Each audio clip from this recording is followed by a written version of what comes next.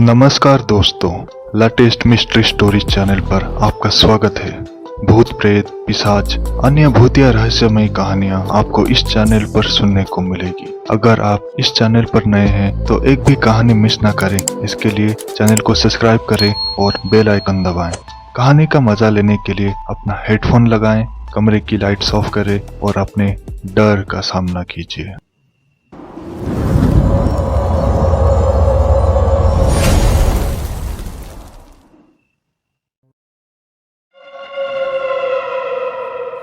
नमस्कार दोस्तों, मेरा नाम दिव्या है। मैं उड़ीसा का भुवनेश्वर से नज़दीक के एक गांव के रहने वाली हूँ। आज मैं आपको मेरे साथ घटी एक भूतिया घटना सुनाने जा रही हूँ, जो मुझे नास्तिक से आस्तिक में बदल डाला। ये बात उन दिनों की है जब मेरा ग्रेजुएशन होने के बाद कॉम्पिटिटिव एग्जाम के प्रिपरेशन करने के लिए भुवनेश्वर में एक प्राइवेट हॉस्टल में रहकर कोचिंग क्लासेस में प्रिपरेशन कर रही थी। पढ़ाई के साथ साथ मुझे घूमना फिरना, शॉपिंग करना, दोस्तों के साथ नए नए रेस्टोरेंट जाकर पार्टी करना पसंद है। भुवनेश्वर में ऐसी बहुत सी जगह है जहां मुझे दोस्तों के साथ एंजॉय करना पसंद है, जो गांव में कभी खुलेआम एंजॉय किया नहीं जा सकता। लड़कियों पर बहुत सारे प्रतिबंध होते हैं गांव में, पर शहर में हॉस्टल में रहना दोस्तों के साथ एक अलग खुली छूट मिल गई मस्ती करने के लिए। मुझे दोस्तों के साथ लेट नाइट पार्टी भी पसंद है, पब घूमना, डांस करना और कभी कभी मैं ड्रिंक्स भी कर लिया करती। ये सब नई चीजें थी मेरे लिए, जो मुझे बहुत रोमांचित करती थी। भुवनेश्वर को मंदिरों का शहर भी कहा जाता है, पर मुझे मंदिर जाना पसंद नहीं। ये सब मुझे बूढ़े बूढ़ियों का काम लगता था। अभी तो मैं जवान हूँ, बच्ची हूँ, मेरी अभी उम्र नहीं हुई ये सब के लिए। देखने में भी मेरी हाइट छोटी सी थी, लंबे बाल जो कि जांघ तक आती थी, और मेरी सहेलियाँ मेरी बालों से बहुत जला करती।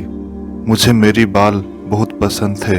अक्सर मैं उन्हें जलन देने के लिए बाल खुला करके घूमती थी। मैं हमेशा टिकटॉक, इंस्टाग्राम के रील्स वाले लोगों की तरह खुद को सजाना चाहती थी, पर गांव में ये सब मुमकिन नहीं।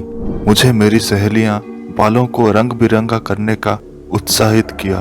तब मैंने अपने बाल को लाल रंग में बदल दिया, और अगले दिन कोचिंग क्लास में सब मुझे देख मुस्कुरा रहे थे, पर लड़के कुछ बोल नहीं रहे थे।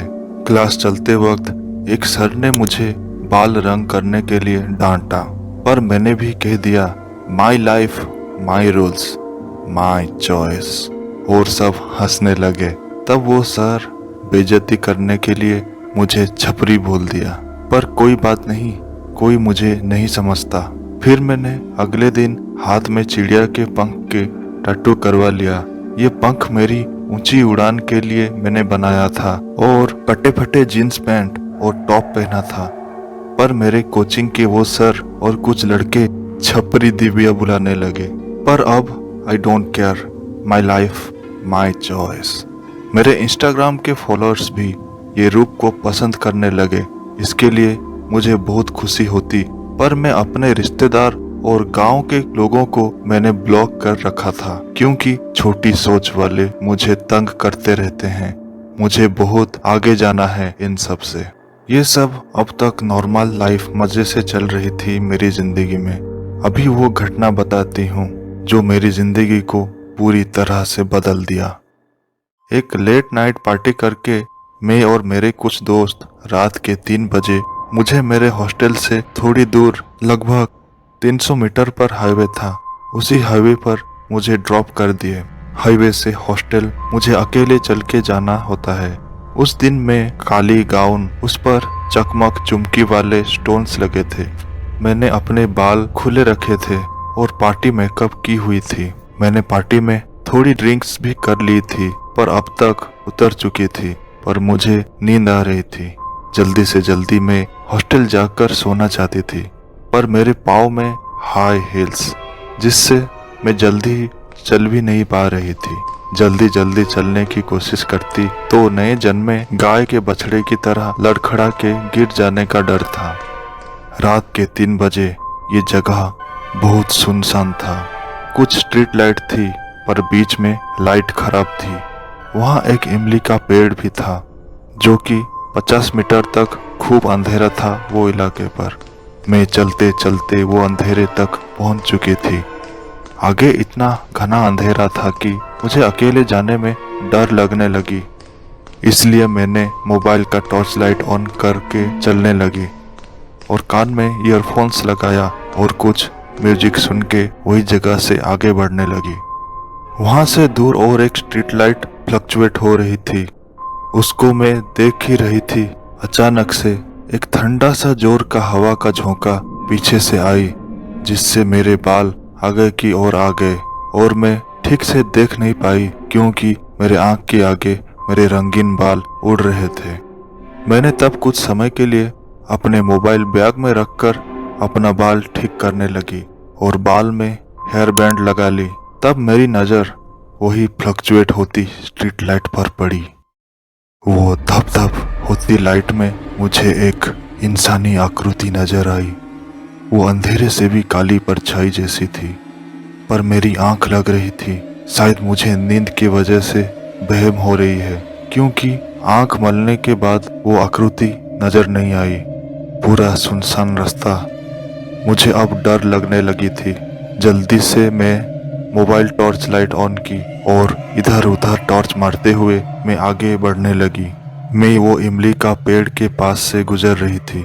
साए साए हवाओं से वो पेड़ की टहनी हिलने लगी और कड़कड़ करके उसके तनों से आवाज आने लगी। मैं जल्दी से जल्दी वहां से निकलना चाहती थी, पर यह हिल्स के वजह से मेरी रफ्तार और धीमी हो रही थी। मुझे वो स्ट्रीट लाइट पर फिर से वो काली परछाई दिखने लगी। वो लाइट धप धप हो रही थी, पर वो काली परछाई ज्यों का त्यों वही स्ट्रीट लाइट के नीचे दिख रही थी। ये देख मेरी सिट्टी पिट्टी गुल, मेरी और हिम्मत नहीं हुई आगे बढ़ने के लिए। मैं वहीं रुक गई। मैंने अपने फ़ोन से मेरे रूममेट को नंबर डायल किया। वो रिंग हो रही थी पर वो उठा नहीं रही, शायद सो गई होगी, इतनी रात जो थी। मैंने फिर से रीडायल किया पर वो रेस्पॉन्स नहीं कर रही थी। मुझे पीछे से अब कुत्तों की झुंड की आवाज़ आई जो कि एक साथ भौंक रहे थे और कुछ कुत्ते जैसे रो रहे थे और तेजी से मेरी ओर दौड़ रहे थे। हे भगवान, ये कैसी बला, मैं तो फंस गई। तब मुझे वो रूममेट का कॉल बैक आया। मैंने कॉल उठाया। हेलो दिव्या, कब आ रही हो? हेलो रितु, मैं मुसीबत में हूँ, जल्दी इमली के पेड़ के पास आओ, अर्जेंट है। दिव्या, क्या हुआ? मैं बोली, मैं बता नहीं सकती, जल्दी मुझे लेने आओ, मैं तुम्हारा इंतजार कर रही हूँ। और फोन कट। तब पीछे से आते हुए कुत्तों का झुंड मेरे से आगे निकल गए और वो फ्लक्चुएट होती स्ट्रीट लाइट की ओर भाग रहे थे। मैंने वो स्ट्रीट लाइट के नीचे देखा। अब वो परछाई वहां नहीं थी और वो कुत्ते वहां पागलों की तरह भौंक रहे थे। तब थोड़ी दूर स्ट्रीट लाइट से आगे रितु दिखाई दी जो कि भागते हुए आ रही थी, पर उन कुत्तों को देख चलते हुए आगे बढ़ने लगी। अगर भागती तो गली के कुत्ते पीछे पड़ जाते उसके। रितु को देख मेरे सांस में सांस आई। मैं रितु के साथ साथ हॉस्टल आ गई। हॉस्टल में रितु पूछी, क्या हुआ था दिव्या? मैंने बोला, यार वो कुत्ते पीछे पड़ गए थे, मुझे डर लगा इसलिए कॉल किया। मैंने वो परछाई वाली बात इसको नहीं बताई, नहीं तो मेरी बेइज्जती होती। मेरे रूम में मुझे मिला के 4 लोग रहते थे। रूम के 4 दीवार पे एक एक बेड पड़ा हुआ है और एक बालकोनी भी अटैच था। मेरा बेड ठीक रूम का दरवाजा खोलते ही सामने मेरा बेड दिखाई देता और रितु का बेड ठीक मेरे साइड के बालकोनी के कांच के खिड़की के पास था, जहां साइड से पर्दे लगे हुए थे। और बाकी 2 रूम पार्टनर्स बाकी बचे दीवार पर थी जो इस वक्त सोए हुए थे। मैंने रितु को बोला, सो जा, अब सुबह बात करते हैं। और सब सो गए। लाइट्स ऑफ, मेरी आंख बंद। सोते वक्त मुझे वही स्ट्रीट लाइट के नीचे वाली परछाई का नज़ारा बार बार याद आता और मुझे डर लगती। मैंने कंबल को मुंह को छिपाते हुए सो गई। सुबह होते ही सब रूममेट उठ के मुझे उठाने लगे। चल दिव्या, क्लास का टाइम हो गया। मेरी नींद पूरा नहीं हुआ था और मेरे शरीर भी बुखार से तप रही थी, इसलिए मैंने मना कर दिया। आज मैं नहीं जा सकती, तबीयत ठीक नहीं। क्लास के बाद मेरे लिए मेडिसिन ले आना। मैंने उसे कुछ पैसे दिए, दवाई और खाने कुछ ले आने के लिए बोला और मैं दरवाजा बंद करके अकेली रूम में सो गई और सब क्लास चले गए। अब मैं सोते वक्त वो ठंडी हवा का झोंका फिर से मेरी रोंगटे खड़े कर दिए। मैं कंबल ओढ़े सो गई। रात का नींद दोपहर तक पूरा कर लिया। जब मैंने आंख खोली, मैं रूम का हालत देख हैरान परेशान हो गई। रूम के सारे चीजें तितर बितर होकर पड़े हैं। सारे कपड़े किताबें बिखरे पड़े हैं कमरे में। तब दरवाजे पर खटखट की आवाज आई। मैं और डर गई। ये क्या, 2 बज गए। मेरे रूममेट्स आ गए और रूम का हालत ये है। ये सब मैंने किया सोचेंगे, पर मैं तो सोई हुई थी। फिर से दरवाजे पर ठक ठक ठक ठक। बाहर से आवाज आई, दिव्या दरवाजा खोलो। मैंने हड़बड़ी में दरवाजा खोला। ऋतु और बाकी रूममेट्स रूम का हाल देख हैरान हो गए। सबने कहा, दिव्या तुमने ये क्या हाल बना दिया है घर का। मैंने कहा, मैंने नहीं किया, पर कोई यकीन नहीं किया। मैंने पूरा रूम सजा के साफ किया और थोड़ा बहस भी हो गया दोस्तों से।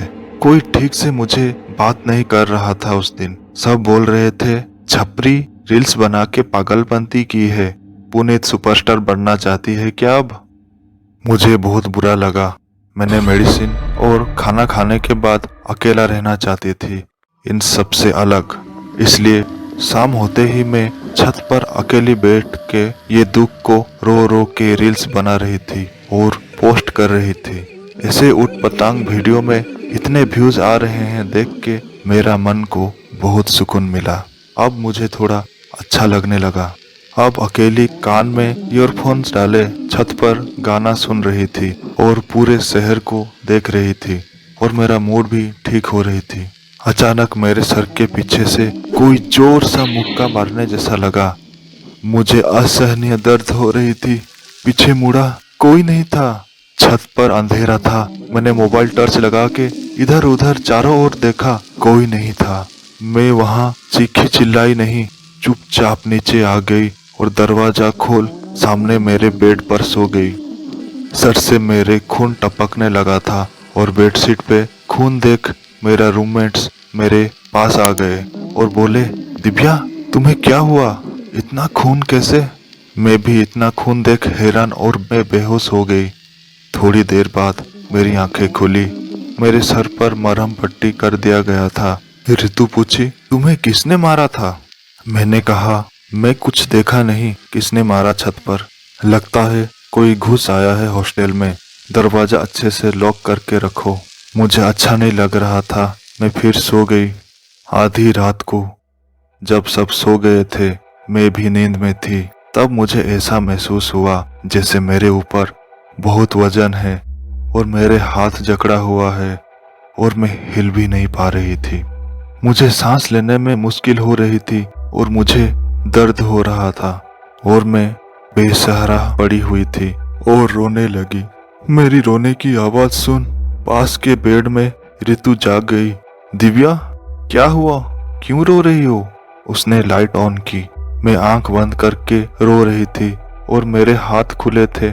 उसमें काला निशान पड़ गया था, जैसे कोई जोर से जकड़ने से ऐसे हाथ का निशान पड़ा हो। ऋतु ने मुझे उठाया और पानी पिलाया। उसने पूछा, क्या हुआ दिव्या, रो क्यों रही हो, ये क्या हुआ है। मैंने उसे बताया अभी अभी क्या हुआ और मैंने उसे वो स्ट्रीट लाइट वाला परछाई के बारे में भी बताया। तब वो बोली, तुम अकेली थी, ये तुम्हारा वहम होगा। मैं तुम्हारे पास सोती हूँ, डर मत। मैं थोड़ा वॉशरूम होकर आती हूँ, तुम मेरा इंतजार करो। ये बोल वो रूम के बाहर चली गई।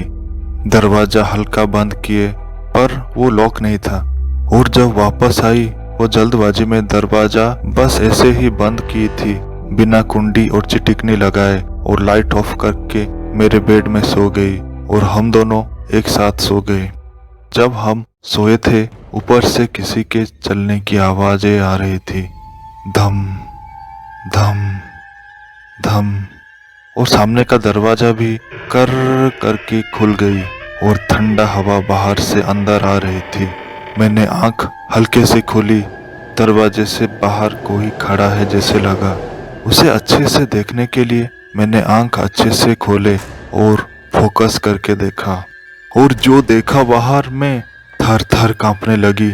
इतने जोर से कांप रही थी कि ऋतु भी उठ गई। ऋतु बोली, क्या हुआ दिव्या, ऐसे क्यों हिल रही हो? मैंने उंगली दरवाजे के बाहर दिखाया, वो देखो। ऋतु भी देख के घबरा गई, उसके भी गला सूखने लगी। बाहर काला शरीर के साथ सफेद चेहरा वाला आदमी, उस चेहरे पर कोई हाव भाव नहीं, बड़ी बड़ी आंखें से हमें घूर रही थी। ऋतु और मैं डर के मारे जोर से चीखने चिल्लाने लगे, जैसे पूरा हॉस्टल जाग गया। और सामने जो प्रेत नजर आया था वह झट से गायब हो गया। पर हॉस्टल की लड़कियां हमारे कमरे में इकट्ठा हो गए। ऋतु और मैं जो देखे वो सबको बताया। कोई यकीन किया और कोई यकीन नहीं किया, पर पूरे हॉस्टल में डर का माहौल छा गया। उस रात और कोई नहीं सो पाया, ऐसे ही बातें करते रहे। और शोरगुल सुन के हॉस्टल का इंचार्ज आ गई। इनको बताया हमने क्या देखा कुछ समय पहले, तो उन्होंने एक एड्रेस दिया वहां जाने के लिए। वहां इसका इलाज हो जाएगा, तुम पर ऊपरी हवा लग गई है। सुबह होते ही मैं और ऋतु वो दिए हुए एड्रेस पर गए। ये एक दुर्गा मंदिर थी। उसके पुजारी से बात किए और उन्हें बताने से पहले वो समझ गए, क्योंकि उसके हॉस्टल में जो इंचार्ज थे उन्होंने बता दिया था। वो पुजारी उनके घर ले आए। उनके घर पर बहुत से देवियों का फोटोज लगे थे, और एक खास कमरे में जहां उसकी पत्नी बैठी थी वहां उन्होंने कुछ विधि विधान और अनुष्ठान किए। उसके बाद उसकी पत्नी हिलने लगी जोर जोर से, अपने सर और सर के बाल खोले और हिलने लगी। ये देख मुझे डर लगने लगी। पुजारी जी बोले, डरो मत बेटी, प्रणाम करो, ये देवी माँ हैं और तुम उनके शरण में जाओ, वो सब ठीक कर देंगे। मैंने उनको प्रणाम किया, हाथ जोड़े और बोला, माँ मेरी रक्षा करो, मैं मुसीबत में हूँ। उन्होंने बोला, मैं तो हमेशा से तुम्हारे पास ही हूँ, पर तुमने मुझे कभी बुलाया ही नहीं। तुम्हारी माँ मुझे बुलाती है, पर तुमने मुझे कभी बुलाया ही नहीं। ये सुन मुझे पश्चाताप हुई। घर में मेरी माँ दुर्गा माँ को बहुत पूजा करती और मैं ही ये सब नहीं मानती। तब वो माँ बोले, मुझे अपने पास रखो, मैं आऊंगी तो डरना नहीं, मेरे होने का आभास होगा तुम्हें। और मुझे एक ताबीज पुजारी जी पहना दिए और वो बोले, माँ को सिंदूर चढ़ाओ। मैंने सिंदूर माँ के मस्तक में लगाया और वो बोले, वही सिंदूर मेरे माथे में लगाने को, और उसकी पत्नी बेहोश हो गई। पुजारी एक गुप्त मंत्र दिए और पूजा करने बोले, ये हमेशा करने से वो रक्षा कवच देंगे और माँ तुम्हारे पास आते रहेंगे। और एक मंदार का फूल दिए, इससे अपने कमरे में रखने बोले। और पुजारी जी बोले, ये सब शुरू किया तो हमेशा करना पड़ेगा। मैंने कहा, हाँ हाँ मैं करूँगी। आज शाम मैंने वो गुप्त मंत्र जाप किए और पूजा विधि किए। आज शाम को वो प्रेत वो बालकोनी के बाहर पर्दे में छिपते हुए घूर रहा था। मैंने फिर चीख लगाई। ऋतु बोली, फिर क्या हुआ? मैंने बोला, मैंने फिर से उसे बालकोनी में देखा, वो देखो। ऋतु बोली, तुमने मंत्र ठीक से पढ़ा है ना? मैंने कहा, हाँ। उसे कंटिन्यू करो, मैं तुम्हारे पास हूँ। मैंने मंत्र पढ़ा, रूम में अगरबत्ती लगाई। कहा जाए तो मेरी जीवन में ये पहली पूजा खुद से की थी। उसके बाद ऐसा कुछ महसूस नहीं हुआ। खाना खाने के बाद जब हम सब सोए थे, रूम लॉक करके और बालकनी के कांच को पूरा ढक दिए थे, शांति से आज सो रहे थे। आधी रात को छम छम छम छम पायल की आवाज आने लगी। ये सुन मेरी नींद टूट गई और मुझे नींद नहीं आई। रात भर ये आवाज मुझे सुनाई दी। मैं डर के बोल दिया, मेरे पास मत आओ, दूर जाओ। और मैं फिर रोने लगी। सुबह में और ऋतु फिर से वही दुर्गा मंदिर गए। पुजारी से बात किया। उन्होंने बोला वो माँ ही आई थी, घबराना नहीं था। मैंने कहा वो प्रेत है या देवी, मुझे कैसे पता चलेगा? मुझे दोनों से डर लगता है। वो माँ है, तुम्हें डरना नहीं है। अच्छे से प्रार्थना करो, मंत्र सिद्धि करो और कुछ नहीं होगा। मैंने कहा मुझे फिर से माँ से बात करना है। मैंने जिद किया। पहले वो मना कर रहे थे, उन्होंने मेरे जिद के आगे हार मान लिए और मुझे वो खास कमरे में ले गए। वो उनके पत्नी को बताया। वो फिर से वही अनुष्ठान किए और देवी माता उनके शरीर में प्रवेश किए। उनका शरीर हिलने लगा, बाल खुले करके। माँ बोली, आ गई फिर से? मुझसे डर गई? मैं सब देख कुछ नहीं बोल पा रही थी। मैं सन्न बैठी हुई थी उनके पैरों के पास। वो फिर से बोली, मैं कल आई थी और वो दुष्ट आत्मा और तुम्हें नहीं सताएगा। वो तुम्हारे पास ही एक बॉयज हॉस्टल था, उसने वहाँ आत्महत्या किया था और वो वहाँ इमली के पेड़ के पास घूम रहा था। तुम्हें देख वो पसंद कर लिया था, तुम्हें अपने साथ वो लेना चाहता था।